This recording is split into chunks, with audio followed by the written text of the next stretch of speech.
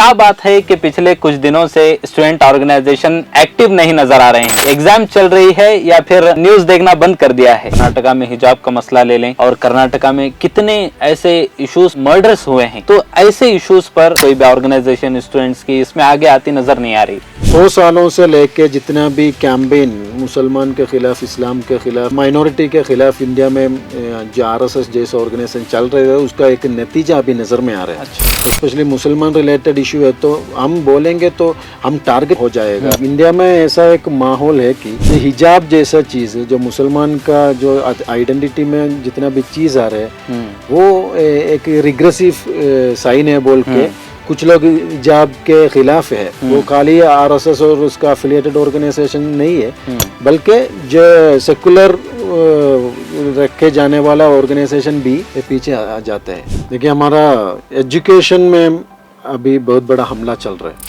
NEP देखेंगे तो NEP में कोई भी तरह का एक सेकुलर वेट, खाली एक वेट भी नहीं है, वो सेलेक्टिवली अवॉइड किया है, समझ रहे हैं। तो मतलब NEP जो है एक हिंदुत्व आइडियोलॉजी को प्रेजेंट करने वाली चीज है। ऐसा बहुत सारी चीज उसके अंदर है, लेकिन खाली NEP नहीं है। अभी का मामला थोड़ा अलग बड़ा हो गया है। पूरे के पूरा नेशनल टेक्स्ट बुक्स और एजुकेशन रिलेटेड जितना भी बॉडीज है, NCERT, CBSE जैसा स्टेट बॉडीज में जो गवर्नमेंट का एक पॉलिसी अभी चला रहे कि टेक्स्ट बुक से जितना भी चीज RSS ना पसंद है वो निकालने के लिए कोशिश कर रहे हैं। इधर कर्नाटका में भी कुवम जैसा, बसवन्ना जैसा लोगों से इस टेक्स्ट बुक से निकाल रहे हैं। इसके जगह में कौन आ रहे हैं वो देखना है। KB हेडगेवार जैसा सबसे बड़ा टेररिस्ट ऑर्गेनाइजेशन पैदा किया, वो KB हेडगेवार, सावरकर जैसा जो जितना भी मजाक कहानी है ये सब इधर ला रहे हैं। मतलब स्कूल से लेके कॉलेज तक कैंपस में इसके बारे में डिस्कशन होना है। तो ये स्टूडेंट्स के बीच में ये इसका डेंजरस चीज़ क्या क्या है वो हम उसको सामने एक्सपोज करेंगे। इसके खिलाफ एजुकेशन वगैरह देंगे। ऑथोरिटेरियन गवर्नमेंट जैसा लोग हर जगह पे है, चाइना में है, पुराना हिस्ट्री में देखेंगे तो जर्मनी और कहीं पे भी स्टूडेंट्स के खिलाफ गवर्नमेंट आया है, उसके दबाने के लिए कोशिश किया है। और जो जितना भी स्टूडेंट्स ग्रुप है वो गवर्नमेंट के खिलाफ बात कर रहे हैं बोल के रेडिकल जैसा टैग लगाया है।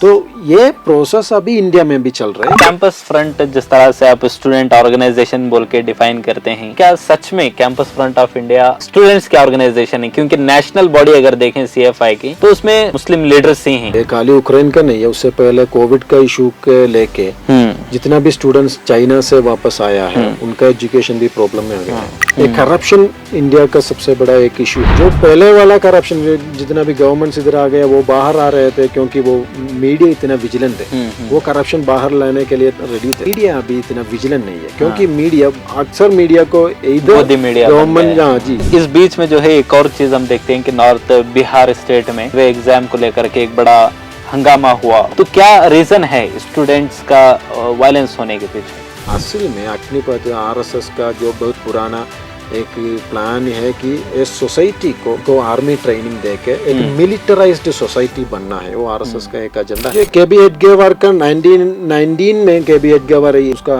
ये ख्वाब ये बोल रहे हैं हमारा ये हिंदू सोसाइटी को ऐसा एक सोसाइटी बनाना है बोल के 1919 में बोला है ऑलरेडी।